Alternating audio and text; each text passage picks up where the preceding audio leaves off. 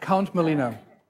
Thank you, everybody, for coming out tonight to the Martin Segal Theater Center here at the Graduate Center CUNY. My name is Frank Henschke. I'm the director of programs and the executive director.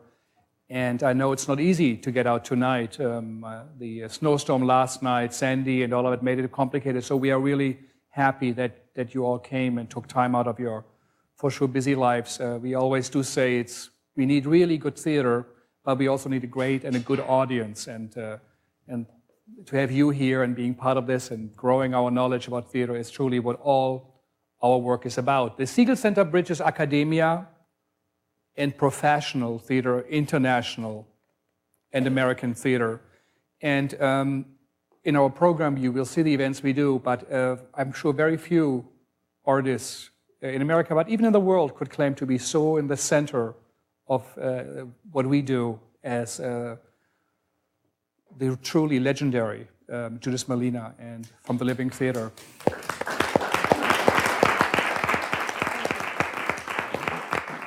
It is a real honor to have you here. Thank you for coming. And we have had Judith here 2 or 3 times. One time we did a 2-day retrospective.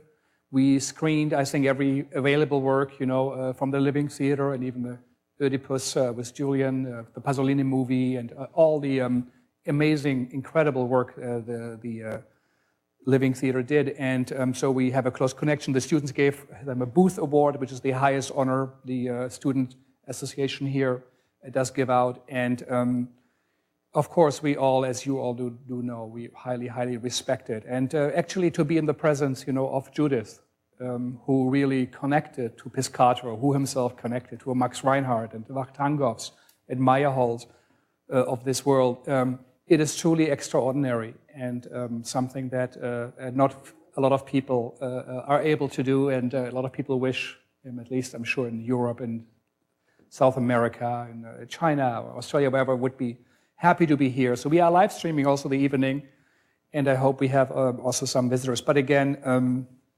thank you for coming. The format of the evening will be Brad, who's a close collaborator with Judith, will read the introduction or part of it, which Richard Schechner wrote in this book we are going to talk about, the Piscator Notebook. Of course, the Living Theater is known for its own work, this groundbreaking, revolutionary work in a real sense, not how it is often used now, what revolutionary is or was or groundbreaking. It really was and still is. This evening will focus on the formative years that formed her, made her who she really is. We have also students here from the program, so this is her theater school, where Judith went to when she was 19, right?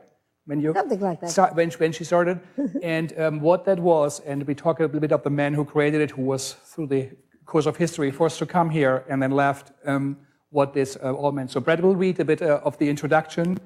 Judith will read a bit from her notebook she did keep in the beginning of her school, before she was completely busy with directing and acting and put it all together. She kept a diary, perhaps I think the only one of that time, and so she will read a bit from her diary, and then also some of her recollection of what Piscator said. I will ask some questions, but also we all will have a chance to talk to Judith, ask questions, and to really share this moment with her. So again, thank you. It shouldn't be longer than an hour 15 minutes. Afterwards, here in this room, we will have a short reception, or a small reception, and then, you can talk to Judith, and you could meet each other. So this is what we are doing. So, Brad, maybe you'll start. Can I use your copy, Judith? Yeah, go. Thanks, my dear. All right, I'm going to read the forward here by Richard Schechner.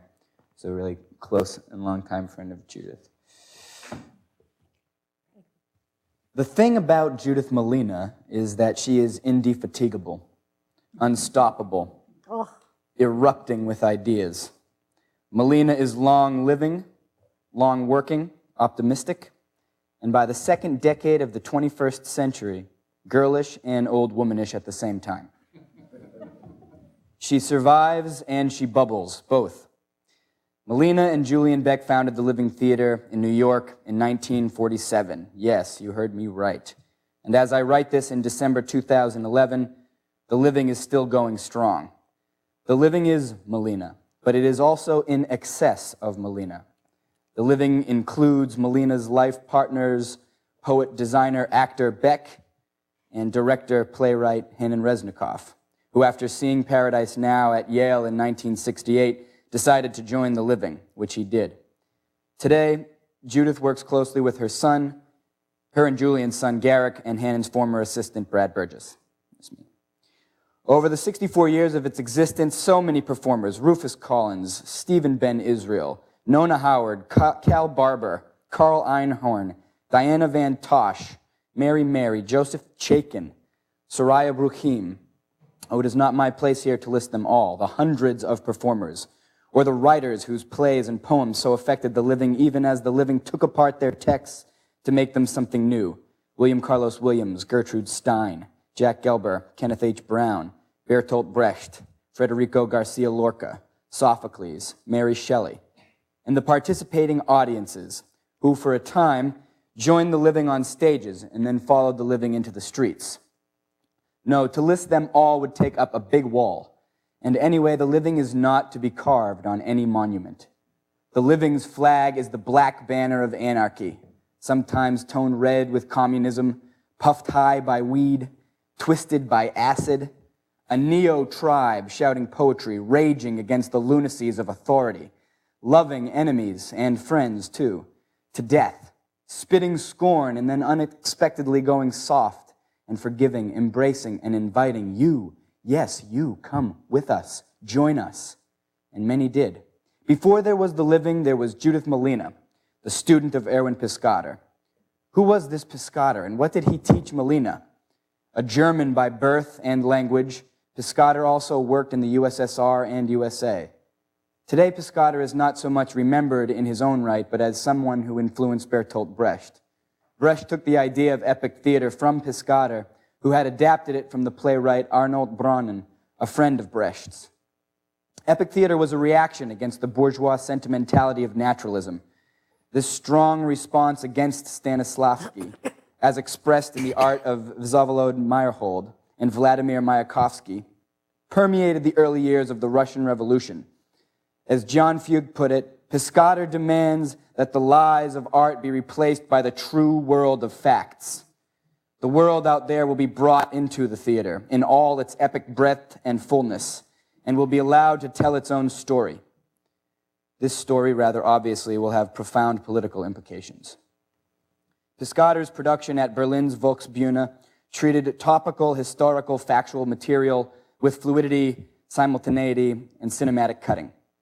Piscator wanted the theater to explode out of the theater buildings into the streets, to take from real life and surge back into real life. It was this theory and practice that Piscator brought with him to New York, where he started the dramatic workshop in 1940.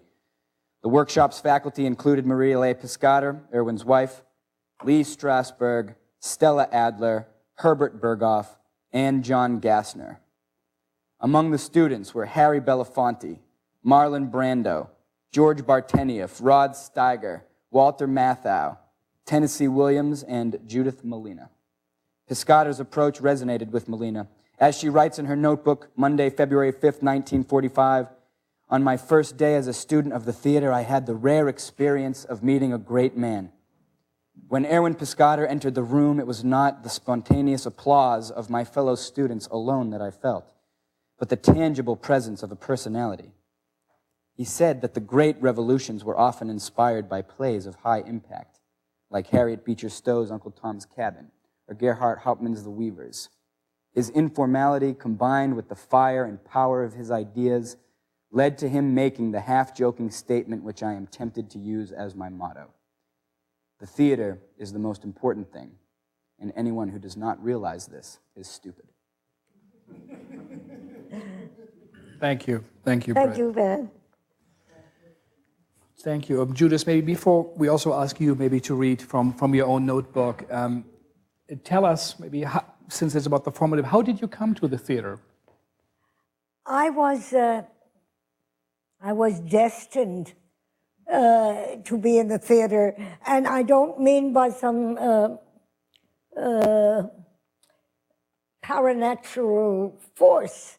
I was destined by my father and mother to be in the theater.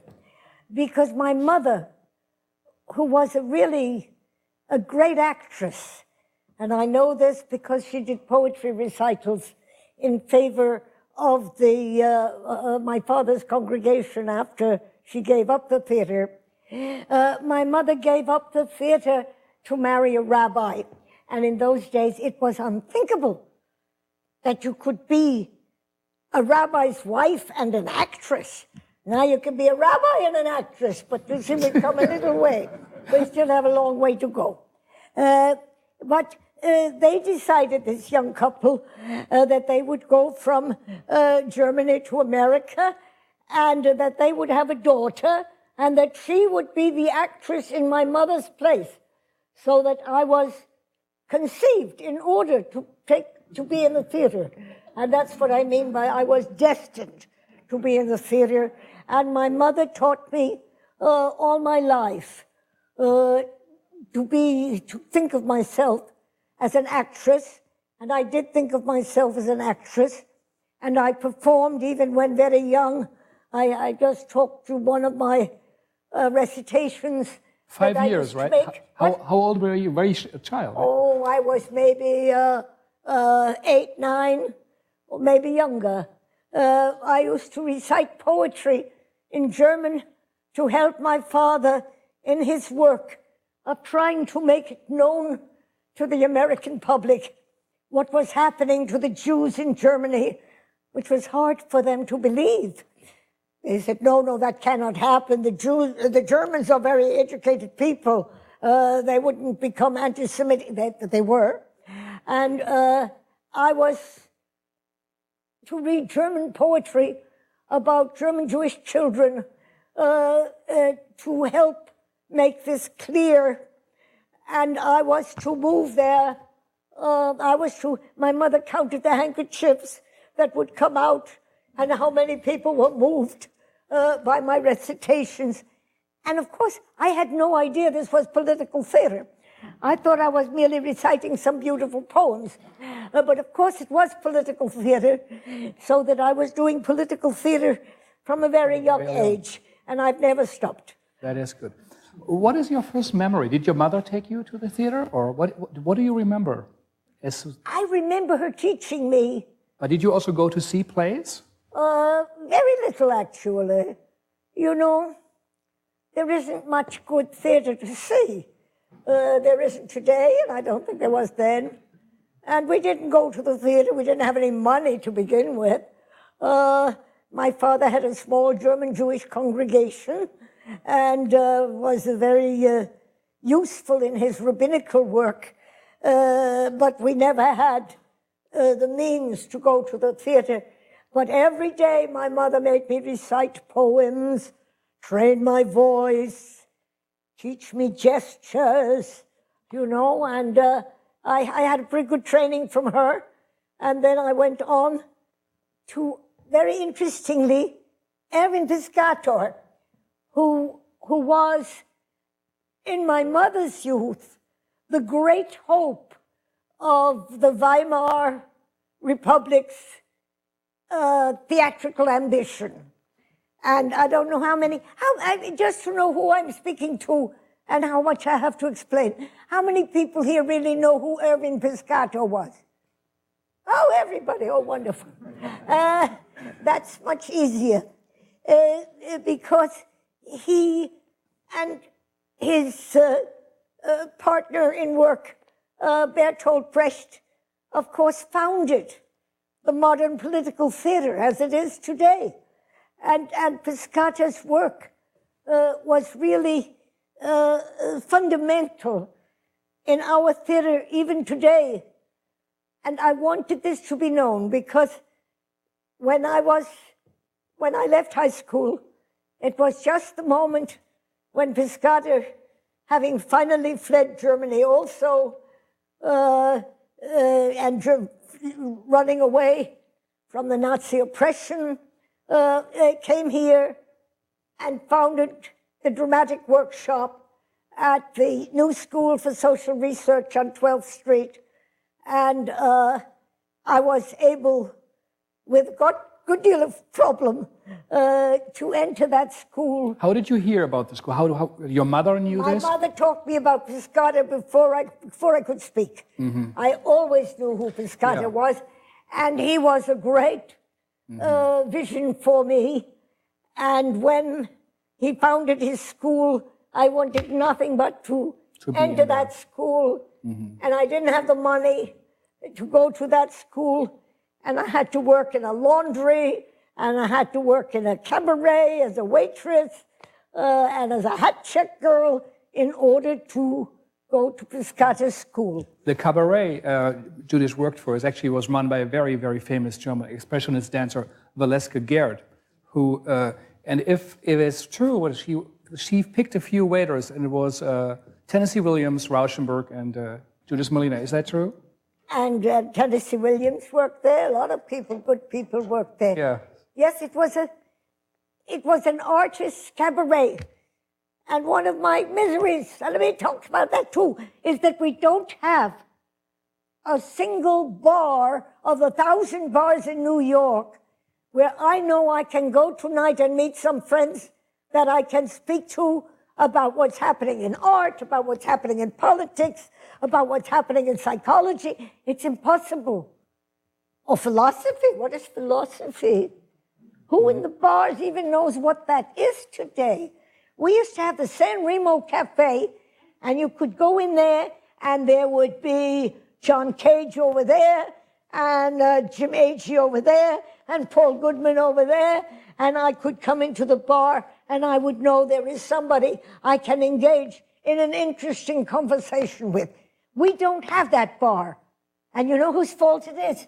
Yours and mine. You make that bar.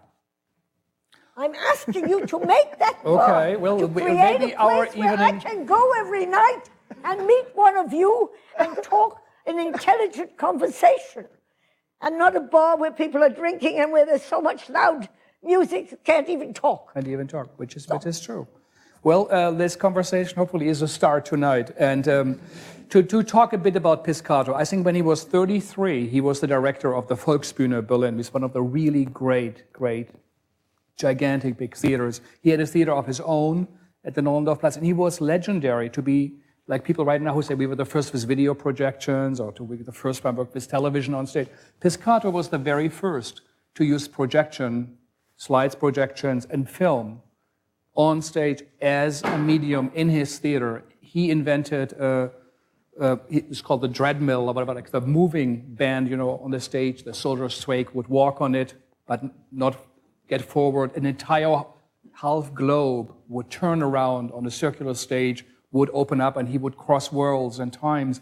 He was a phenomenal master of stagecraft, stage machinery, and a social visionary, and also very, very political, as we will find out, a director who then, of course, had to leave early on, not as early perhaps as your family, but he did leave Germany and came here because he could work no longer. But he was highly admired by Brecht, Brecht did say this, he's the most significant director he knows, which at the time Brecht himself didn't direct, but so it was a very, very big compliment. So Piscator then arrived here, like many, many other, like architects, Hannah Arendt, who also was at the school, and many of them, and got a gig, not at CUNY, I don't know what happened, but they went to the New School, and he opened a workshop. He never wanted to be a teacher, he wanted to do theater, he was forced, but often teachers who are forced to teach are better teachers than teachers who only want to teach. So tell us, you were 19, you went there, they took the elevator up and went to his audition room, or? First I got a half scholarship. It cost $1,000 to take his course, to join the dramatic workshop, and I didn't have anything like that. So I was a waitress in Valeska Goetz, and I worked in a laundry, and I had to work half a year to make the $500 for my half scholarship, and the other half was to make an audition. And I made an audition of a piece of dance poetry that was very much influenced by Valeska Goetz's outcry theater, expressionistic theater. It was about a trip to the moon, in which I arrive on the moon and am swallowed by the moon, and it's about the danger of going too far, and I know about that. Do you remember one line or two lines of the poem, or what? Do you remember one or two lines of that? What you said, or? My foot upon the moon, and then I slid across the floor. My foot upon the slippery moon, and then I jumped as high as I could and fell on my face. You see, this was a part of the concept of going too far. And I've done that all my life. And I've been in jail in 22 different countries. All because I did that. Because I always go too far, and I hope to continue to go too far, and I hope to go far enough until we are all inspired to make a real revolutionary change in the way things are. Mm-hmm. So when you arrived, his workshop was there for 2 or 3 years already, right? It was About kind of 2 years, yes. 2 or 3 years. I finished high school, and I went and I auditioned first for Elaine Piscator, and she accepted my rather bizarre audition. And then I auditioned for Piscator. It was very frightening. I had been working for Valeska, and Valeska's place had just been closed. And I knew about that. I had begged her to pay the bail of my fellow waiter because we didn't know that we served a lemonade drink that had a little alcohol in it, and she didn't have a liquor license. So they closed her up, and they arrested this poor young man, and I convinced her to pay the bail, and I went up to Piscator's to do my audition. And as I come up, as I sit in the office, the door opens and Piscator comes out, and I am awestruck because all my life I have heard about this great man. And suddenly out of the door, jumping in front of Piscator, was Valeska Gert. And she said, "There she is," pointing at me. "She did it. She made me pay the bail, and now he's gone, and I have to pay all the money." Apparently she had gone to Piscator to ask for some money to help pay the bail. And I thought I was over. But Piscator was a very secure, forceful man, always. And he asked me in, ignoring her screams. And I did my audition, and he let me work in the school. And I learned from him a great deal. I learned, first of all, that everything is theater. We're here, this is theater, of course. This is easily identified as theater. But when you're in an elevator going up and down, that's also theater. And that isn't known until recently, when Schechner has designated it as performance art. And now performance art has come to be recognized as the theater that we are doing all the time. We're always making theater. We're always playing theater. Because we're always trying to project what is inside us with a vocabulary that is inadequate to ever say what is inside us. Do you have the words ever to say what is inside you? I don't. We want to say more than we can. And in a way, Piscator's theater is about that. It's about going into the human soul and expressing what we really want to say. He never succeeded fully. If he had succeeded, we would have a revolution, and we wouldn't have the death penalty, and we wouldn't have the wars, and we wouldn't have the armies, and we have all that. Because we have not made that revolution that Piscator dreamed of, and that we in the Living Theatre dream of. Well, he reached for the moon as did I'm you. sorry? He reached for the moon as did you and fell. Yes. Before we go on with Piscator, I don't know if we couldn't show the slide. I want to talk about that traumatic workshop, as it's called. I mean, there are legendary schools in the history of art. Maybe the Blue Mountain, there's the Bauhaus School in Dresden. This school that existed for roughly 10, 12 years is a legendary school. And a student came, and I'm sure it's not complete, but you had to take classes in design, stage design, opera composition, dancing, directing, history, sociology, makeup, stagecraft, costume design, and voice, and I'm sure many more. We find dueling. So the class was running all week, started at 9 or 10 o'clock in the morning, and ended at 9 or 10:30.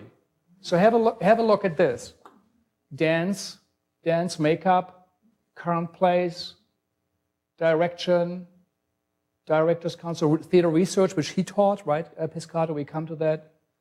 March of drama, stage design, history, sociology. Just to give you an idea.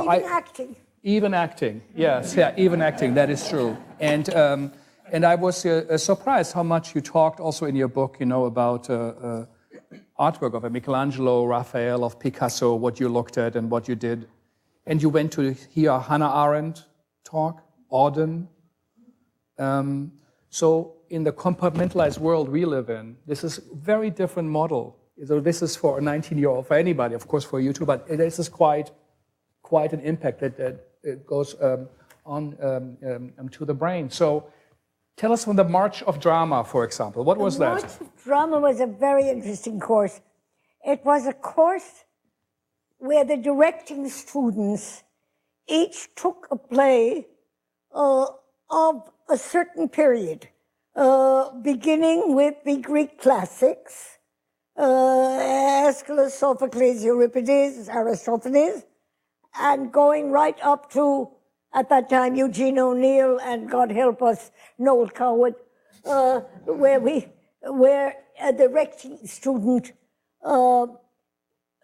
did a version of a play by one of the leading figures of a certain period, with a lecture by Paolo Milano or John Gassner to talk about what that period was about, what was happening at that time politically, socially, philosophically. And we learned there to understand that the theater was part of the cultural feeling of a period of time. And it was a very important course for us. So everybody who was in that school would know all the plays, starting from the Greeks, the Middle Ages, you know, the Renaissance, up to the modern plays, would be completely covered, and also in history and sociology, right? Yes, we had to study. We had to study the history of the human being. We had to know where we came from, and where we could go, and where we are. And those were the three areas that we studied very carefully in history and sociology of art. And it was very important that we understood not only acting, but where all of this came from, what all of this meant to us, what we were searching for in our lives, and in the hope of making a revolutionary change, which was certainly Piscator's hope. And we learned there that all the arts are part of our art, and all the arts are part of the theater. And you can't really make great theater without knowing who Vivaldi is and without knowing who Caravaggio is. Yeah, it is truly impressive, and maybe something that it's very impressive, and maybe something that has been lost a little bit. Yes. And I remember in your book you talk about a moment you looked at a Kandinsky painting.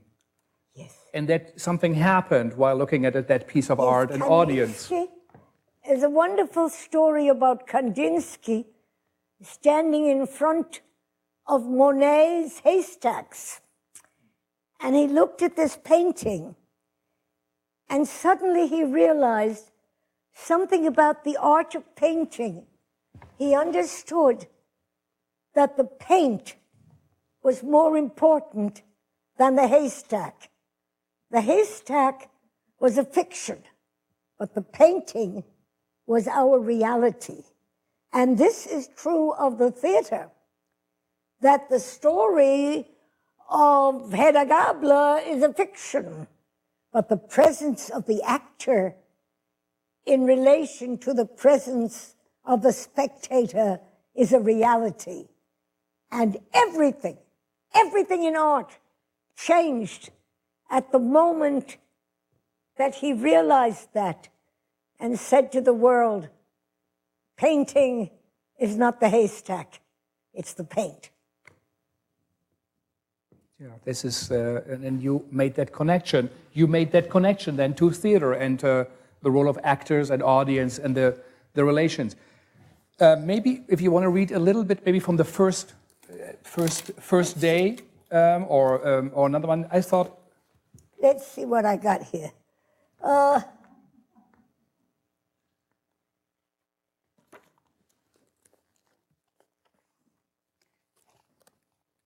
Okay, I entered the dramatic workshop 5 years after it was created. 1945 was this year the Second World War ended. The dreadful ordeal that had drained everyone's energy and filled us with fear was over.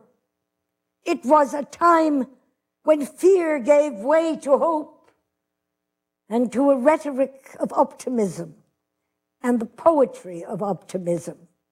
It wasn't easy for me to attend the dramatic workshop. My father's death from leukemia in 1940 had left me and my mother penniless, and the tuition was $1,000. I told you this. I applied for and was eventually given a scholarship to over half of it and had to earn $500 to cover the other half. I worked at 2 jobs. I had a daytime job at Consolidated Laundries where I did the worst of work. I had to open the bags of the dirty laundry and count the dirty wash and deal with all the other filth that people put into laundry bags. And I took a nighttime job as a waitress and singer and hat check girl at Valeska Gertz, Beggar Bar.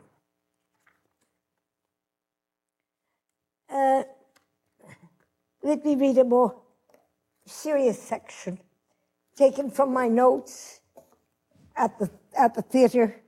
The center part of this book is my notebook taken during the classes at the workshop, and therefore is written in 1945 and is in a less sophisticated style than in what I write in today.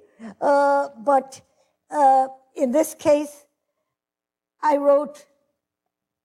tried to summarize a lecture of Piscator's.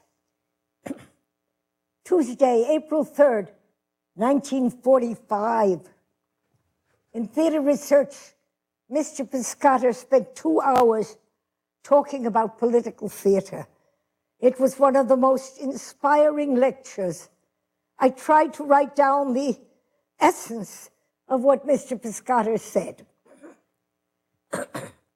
Art in itself seems a beautiful accomplishment of life, even when it does not criticize life. We begin with the question of how art should be used, and from this follows the question, how should life be used? Can we make progress in life, or only in certain scientific discoveries? Is man little, or is man big? We would say man and woman nowadays.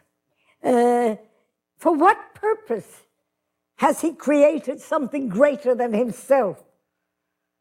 Some X, some God. We are children. At 70 years, I'm already 86, I'm still a child. We conquer nothing. Art is conquered out of the universe, out of that in man which is greater than himself. Art goes beyond the walls where even our brains cannot go. Genius is a sickness. Is it a deformation of the individual? Genius and insanity are balanced on a knife blade. Lenin called the idea of God into question.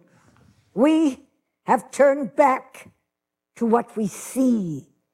We know that other things exist, but what we see is organizable. Society, social justice, an end to war. Shall we reach as men, as people, what we have thought of as people since the beginning, since Plato, since Christ? But the doubters say, who gives me the next piece of butter? The victors are the powerful who make wars, and the others are the masses. Thus, both for art's sake and art with an aim apart from the question, can we progress, or shall we be driven by unknown forces, by Christ's fantastic teachings, by God, by that revolutionary book, the Bible? There is betrayal everywhere, from the drugstore to the new school. The Pope in the fantastic Vatican wears good clothes. Christ is a bestseller who asks for eternal peace. We kill 1,000 people with one shot. The realists say at least we are on the right side. One knew about Iowa, but not about Iwo Jima. 4,000 people died. Now we know about Iwo Jima. We call this progress. The crosses in Strasbourg are progress. 30 million died in the last war. Perhaps 30 million will die in this one. Progress? Behind all this, the XYZ power, God, the Venus de Milo, Parsifal. Below us is the dirt unlooked at. Such progress. The realists told us art is above life. Let the people come out of their darkness to see beauty and art in theaters and museums. Let them return then to their dirt. The dirt is unchangeable. Thus speak the realists. But there are those who say we need not separate life and art. Life itself is art. Let us build in an artful way till we need no art. Art may be seen as an excuse for our imperfections. The human spirit can build at its highest points manifestations of the spirit, cathedrals, the Acropolis. We cannot build the pillars of the Acropolis today. Although the Bank of Athens is built to the same measurements as the Acropolis, the spirit is lacking. The harmony of spirit and technique. We made of art a special thing, as we did of religion. Religion became an institution, and the spirit flew out. The spirit flew out when we divided art and society. Can we build society like an eight-cylinder car by understanding its elements? Can we do this without considering spiritual form? Which governs the human happiness? Spiritual meaning, growth, and intelligence? We need art to complete the incompleteness of life. But first, we need society and security in society. We perfect the world through the nation and through the self, and we must take a step toward this in our theater. Political theater is art theater. There are those who say that theater is not art because it is a programmatic form. In music and painting, you can be abstract or sheerly beautiful. But the theater is thoughtful. Every word opens a world of thought with an analysis of thought. The art theater was always bound to thinking and always seeking for truth. Thus, the art theater was always a political theater. The theater turns even unconsciously to politics. Recently in Russia, the communists started to use theater consciously, again, to show two sides, good and bad, presenting problems and suggesting solutions. To avoid the negative is not necessarily to build the positive. How do we build the positive? After the disastrous war from 1914 to 1918, the struggle for clarity began, and our political theater began. Reinhardt continued the beautiful theater, but we returned to the theater to fight. Theater, too, like an opium for the people.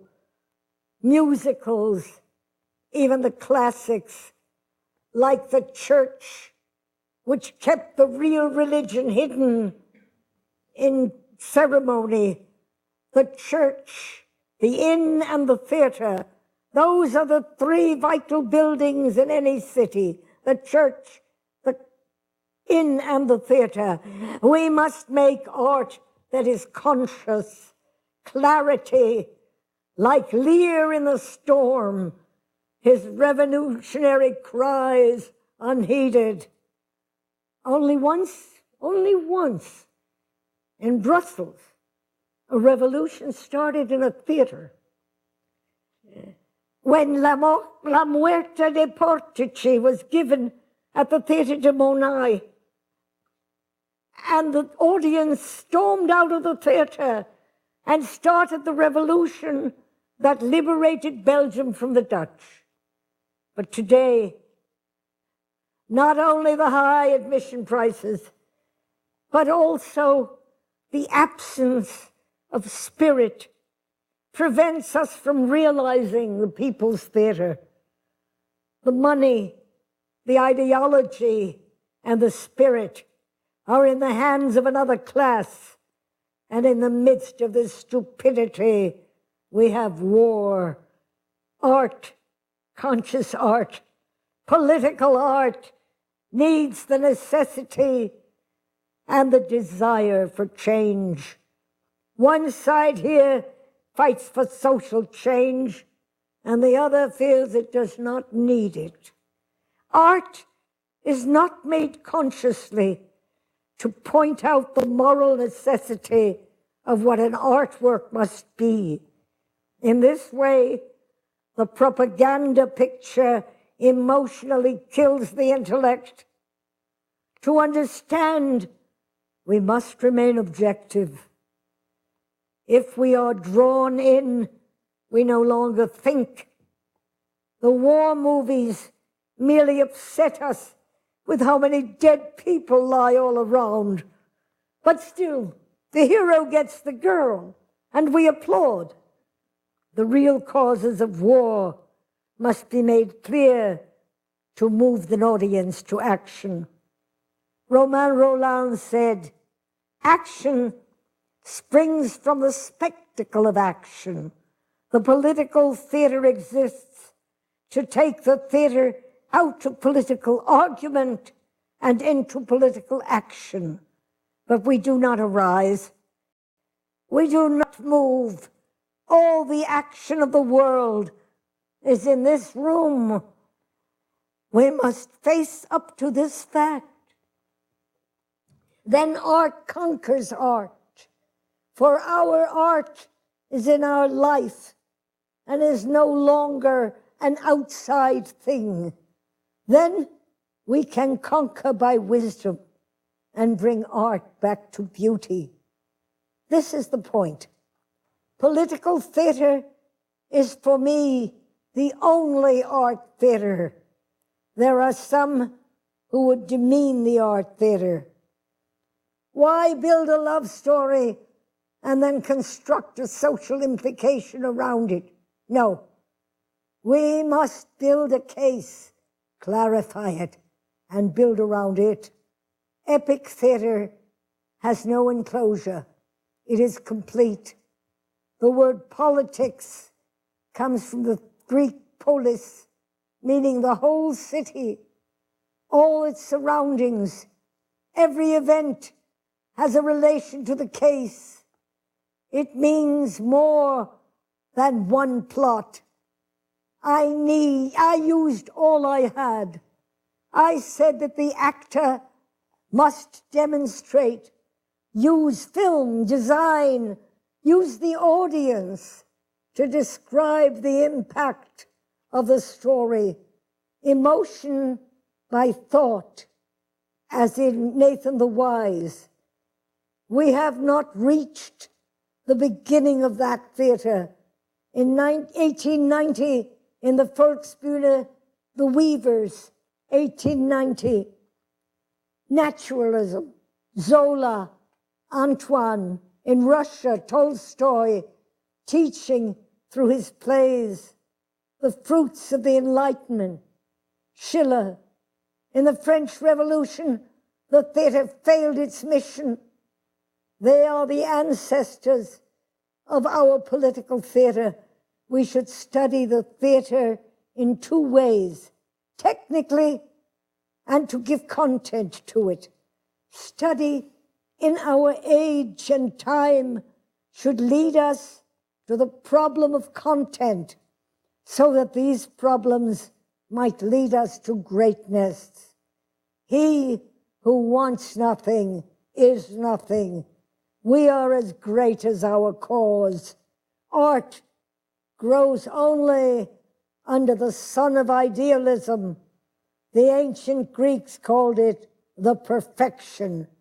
If you are not married to your art is dead. Stay with art. Stay with art.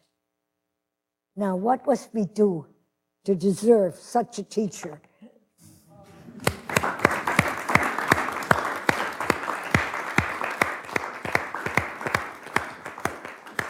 I mean, this would give you an idea of, or imagining Piscator in a room teaching his students how strong that is forceful, but it's something he really did believe in. That was his idea about art. He comes from a family of priests, actually, some centuries ago, yes. And it is interesting that your family fled Germany, but a German came to teach you theater that you ended up then practicing till you just performed 2 weeks ago, right? The Antigone, and you're still working.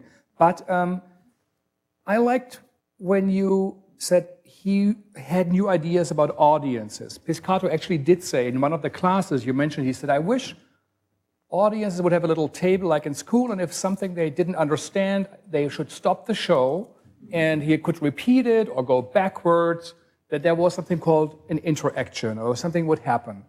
Judith, did say in her notes early on, and Scheckner also quotes it, so it's also his observation, he did say that actually he feared the audience. Oh, yes. So the next step, you did take something, but you really did take it a step further. But talk us about what was his idea about audience, and where did you take it?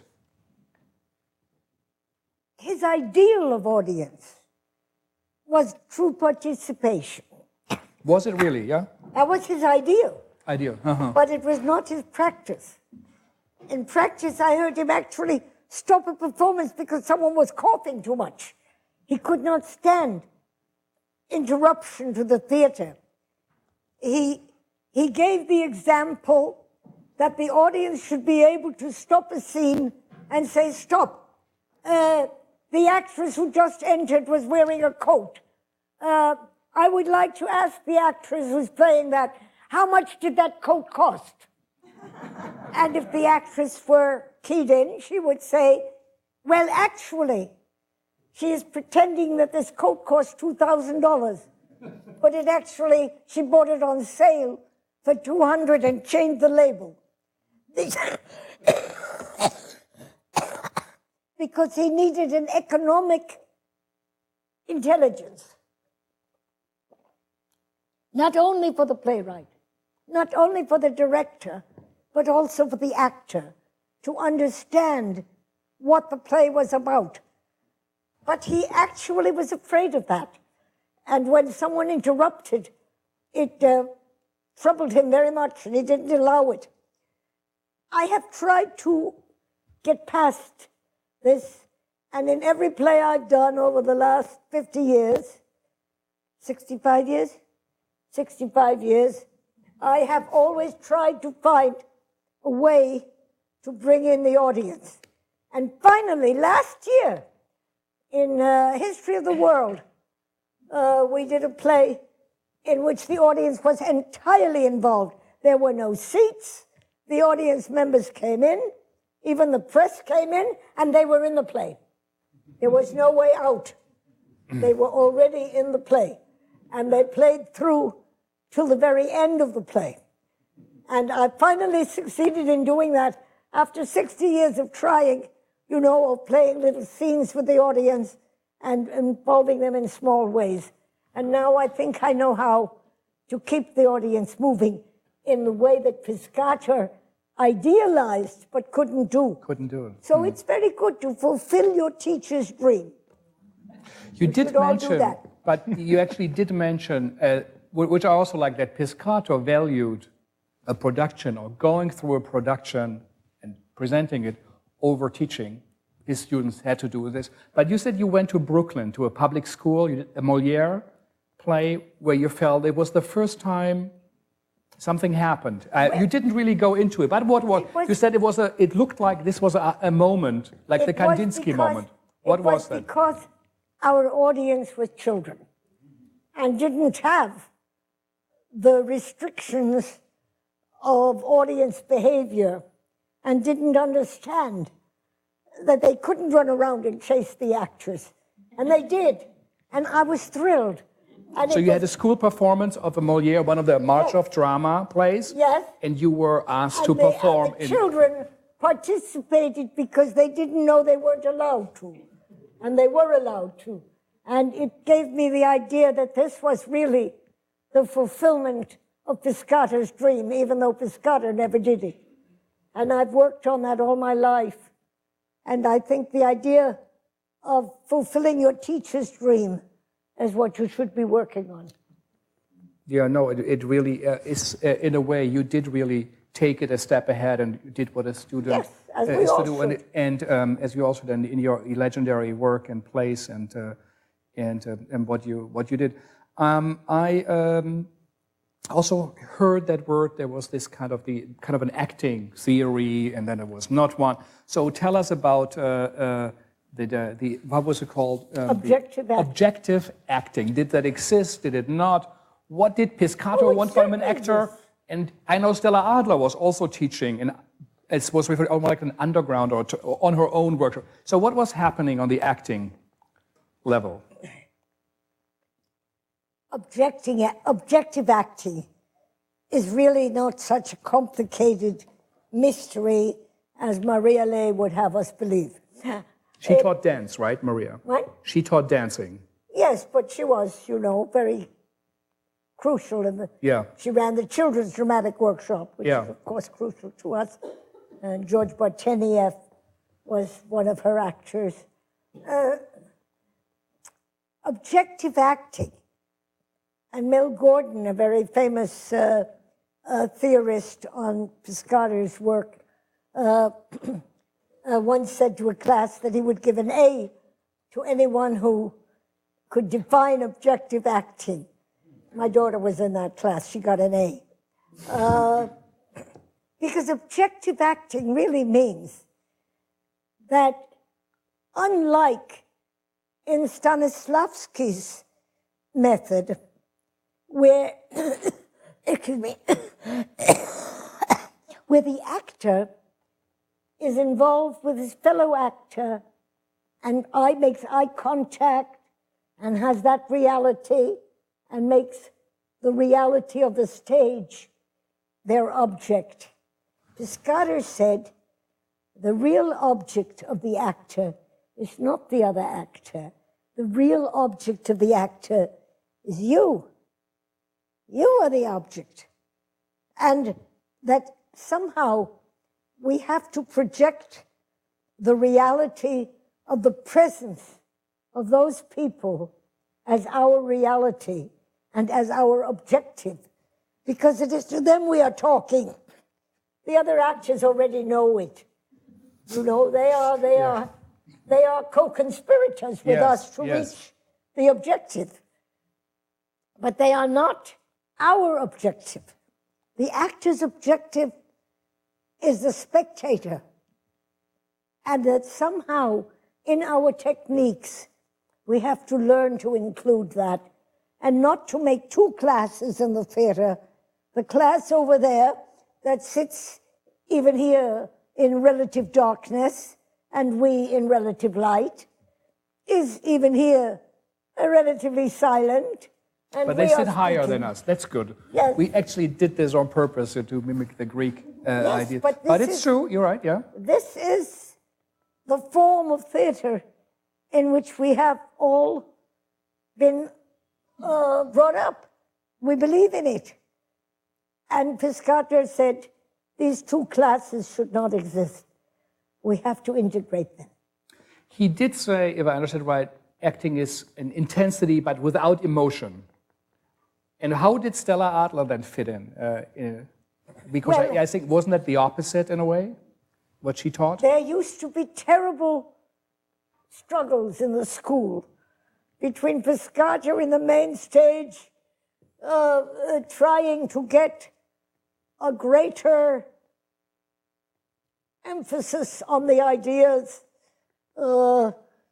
saying louder, clearer. And downstairs was Stella Adler working with Marlon Brando, trying to say softer, deeper, quieter. And they were really almost in conflict. I want both. I want everything. I want emotion and I want intellect. I want the mind not to be in conflict with the feeling. I want the feeling to rise to the level of the mind and the mind to understand the profundity of the feeling. Yeah. And I think, Thank you. It's to the credit of the school that they were able to think in contradictions and have two ways next to each other in the kind of What is interesting is that the three most important acting teachers of our time all started in Piscator School. Stella Adler, Herbert Berghoff, Lee Strasberg were all teaching there at the same time. And these people have taught even the movie stars through the Actors Studio how to act. And it's all influenced by Piscator. And one of the reasons I wrote this book, and one of the reasons, sales pitch, one of the reasons you should... It will be signed also. You really should get... One of the reasons you should read this book is because Piscator showed us how to integrate our feelings and our thoughts and to make theater on that level. And that's what I feel has been lost in the fact that Piscator's, now here we are a very special group and everybody raised their hand when I said, who knows about Piscator? I teach a lot because I got to make a living somewhere. I can't make it acting. I teach a lot, and I always ask my classes whether they know about Piscator, and you'll be surprised how very few. In a class of 30, I'll get 2-3 hands saying they know about Piscator. And then I say, who knows about Bertolt Brecht? And every hand goes up, because Brecht is known and Piscator is not known. And I start my book with an epigraph of Bertolt Brecht saying, Piscator is the greatest theater man of our time, and perhaps even the greatest theater man of all. And now wait a minute, the greatest theater man of all time? Come on, we have, Shakespeare, Goethe, we have some big names there. No, it's quite. And Brecht knew that very well. He did. He knew all about Goethe and Dante and Aeschylus. He knew that. Why did he say Piscator was possibly the greatest theater man of the time? That's why I wrote this book, to show what I think that Brecht meant when he said Piscator may very well be the greatest theater man of all time. What he meant, to sum it up, was that Piscator turned the theater on its head, changed it from the entertainment industry to a provocative revolutionary force. And it's very different since Piscator and Brecht did that work. And that's why I wrote this book. Yeah. And I hope that you will read it. Yeah. My last question, let me go to you, is that one could also feel through that he would see commercial theater, especially in New York, as the enemy. He would actually have a class on current plays on Broadway. Oh, yes. He said, to see what the enemy is doing. Yes, we had. So you went once a week to a Broadway show? We went to Broadway shows. We got free tickets. And we went and saw what Broadway was, and then analyzed what Broadway was doing, so that we understood in what way Broadway was betraying the idea of theater. And it does, it still does.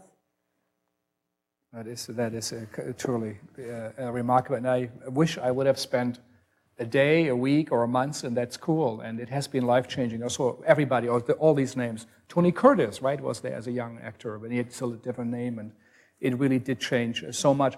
But we have also a great audience here, so maybe we put up the lights a little bit more, and now is the time to do questions. I might give some numbers or call you up. We also record it, so not only so we can hear you better for the microphone, but also it's for a recording. So now you have a chance to ask Judith something. Or to teach me something. Teach her something. So 1, 2.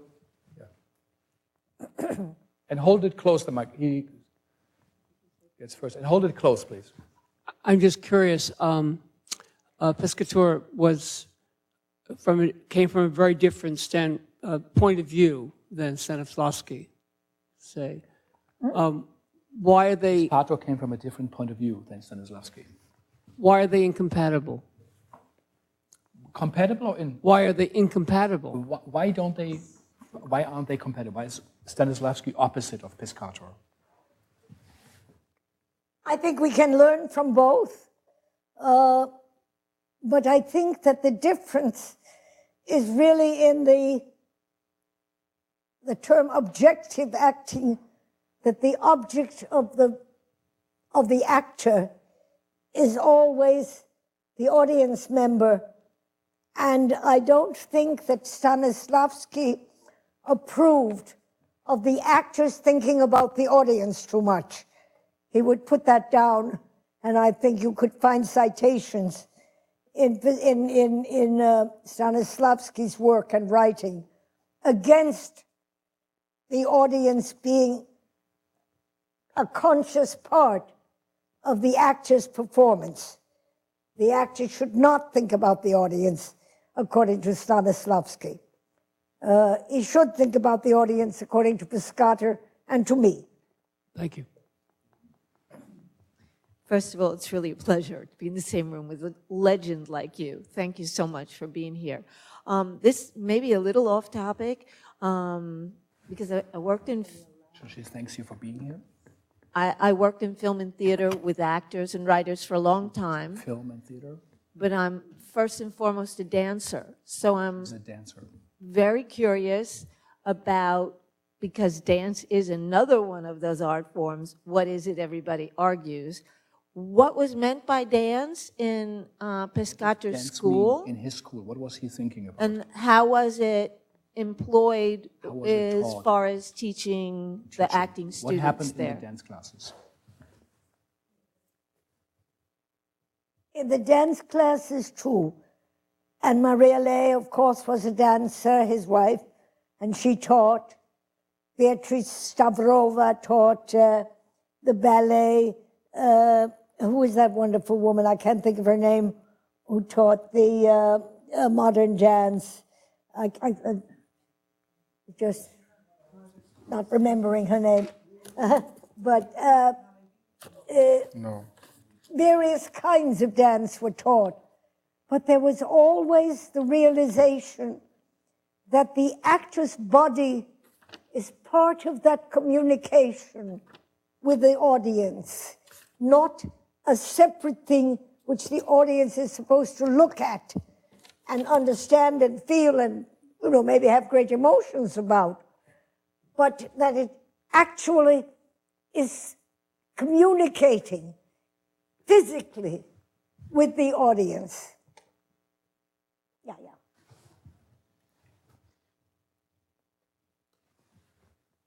The first time I saw your work was at the Brooklyn Academy. She saw you And at the those Brooklyn dances, Academy. those actors were rolling over us and talking to us. It was the first time I ever saw no separation between actor and audience, and it was revolutionary. So it was revolutionary. What? You What played was- Paradise Now. Paradise Now, I think, was probably, that's what it was, a revolutionary play, and she saw it. Maybe as a question, Leo Kurtz comes up, the stage designer, a lot. Yes. How was he? Did he change your thinking? Was he influential? He was a very influential person.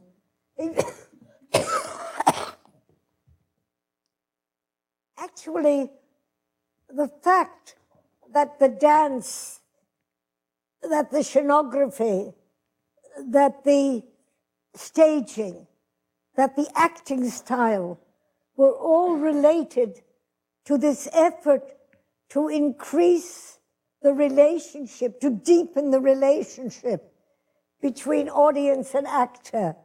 And that was very important. And I don't think that could really happen until the audience was also ready to speak and to perform. And that's what we have been working on, really on the basis of Piscator's idea that we should integrate the audience and the spectator, and that the audience should also become part of the acting. I don't know if I answered the question. Okay. Yeah. Was there? Oh, here. Oh, Beate. I'm curious, did Gropius had designed the idea of a totales theater, which was a kind of a theater in the round. Walter Gropius, the architect. Walter Gropius designed the Bauhaus architect. The former Gropius designed Bauhaus the designer theater. who also came here. Yeah. And I'm curious, did Piscator and Gropius, did they ever collaborate on anything, or did he ever come to the No. to the studio, to the dramatic workshop? Was there any kind of connection? Did Walter Gropius ever come? I'm sorry? Did Gropius, the architect who built the theater, a total theater that was never built for I know. Piscator, did he come to your workshop? Did you meet him? I never met him. I certainly, he was certainly part of our curriculum. I studied him, and we still have not built Gropius's theater or its equivalent. In a way, the small theaters, the little off-Broadway theaters, like our own theater, which can only seat under 100 people, in fact, legally only seat 75 people, these are in some way a greater equivalent. Of course, Gropius imagined also a technology which these little off-Broadway theaters cannot afford. But I think of when Piscator worked at the Dramatic Workshop, we also didn't have these vast abilities to make technical changes. And yet, he built a revolving stage. You know how?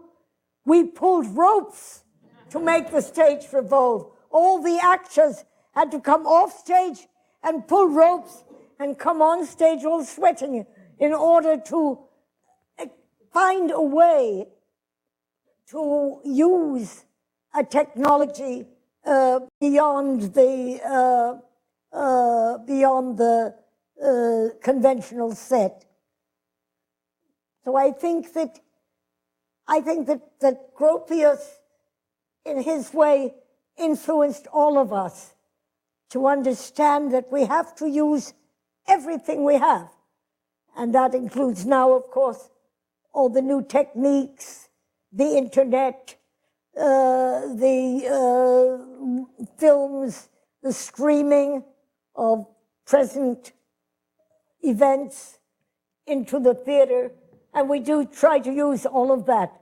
And I think that that comes from Gropius.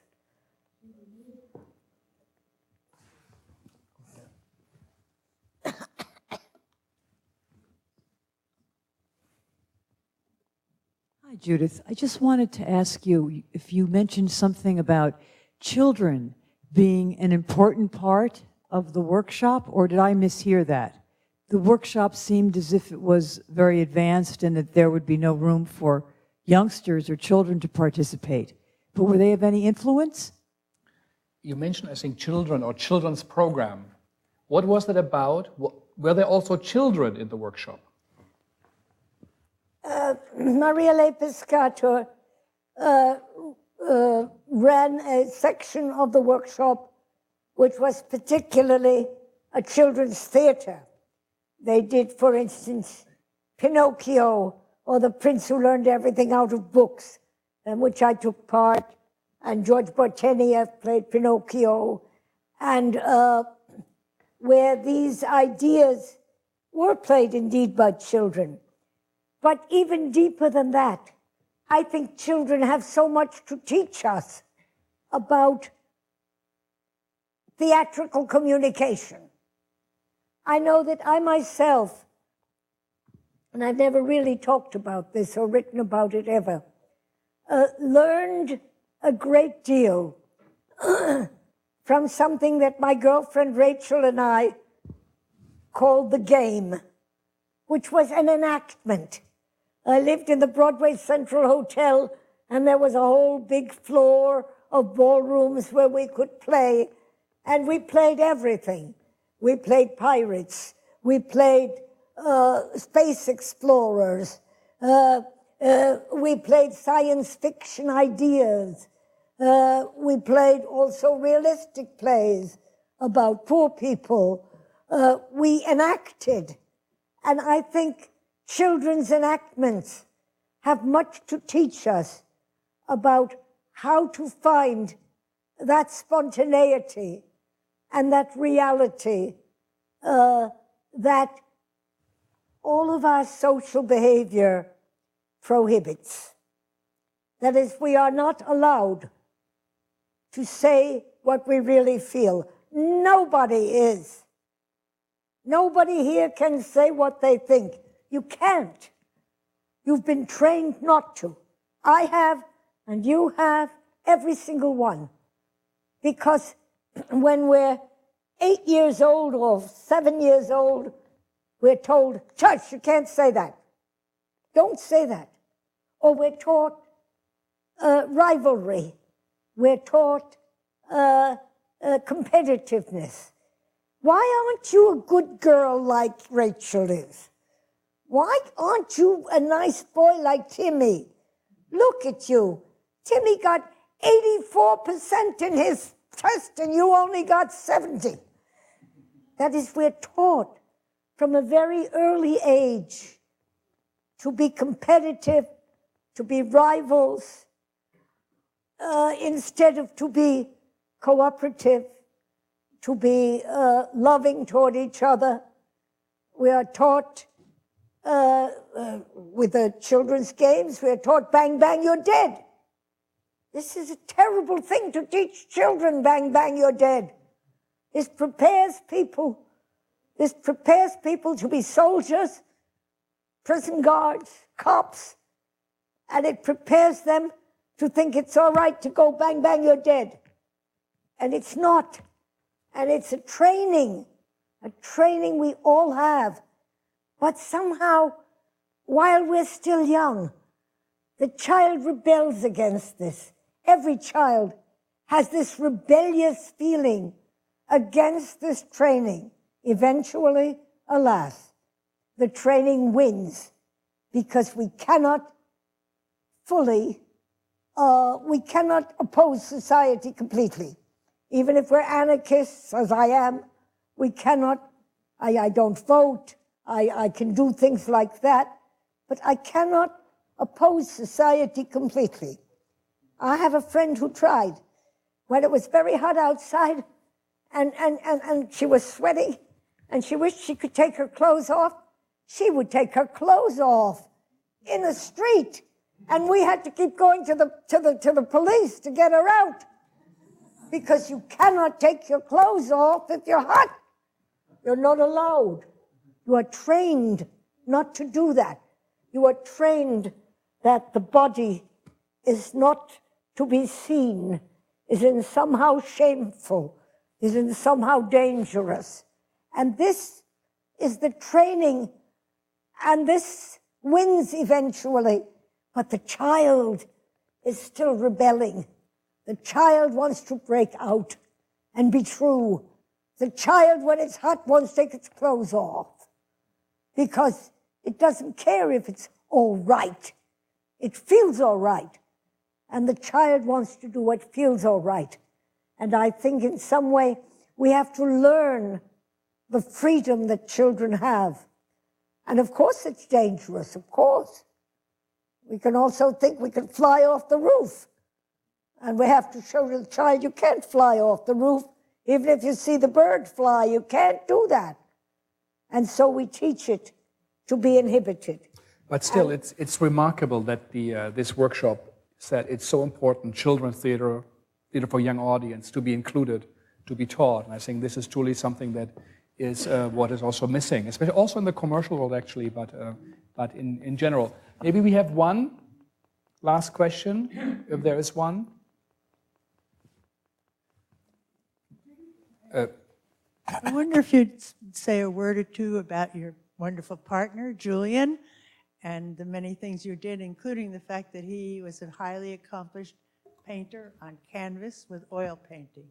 Who you met in the workshop also, right? What? Julian, tell something about Julian Beck and about your partner, also that he, as I mentioned, he came to the workshop. He was never a student there, but he came to many of my classes and most of my rehearsals because we were hanging out together. We were already in love when we were 17 and 18 years old. And he learned a great deal and participated. And later when Piscator left for Europe, he worked with me and Maria to do some productions at the workshop.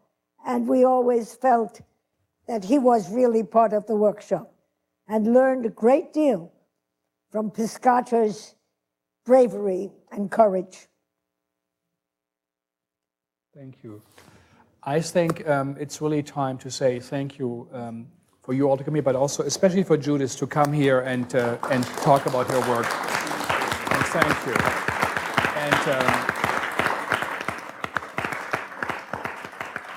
we are going to bring the book in, and I think it's $30. It's a bit less than normal. It also supports her work, the work of the Living Theater, and you will get it signed today. So if you can, and if you want the book, it might be a good moment to get it. Again, thank you all for coming. And again, a big person. And also, thank you for your reading. That was truly impressive, really. Thank you.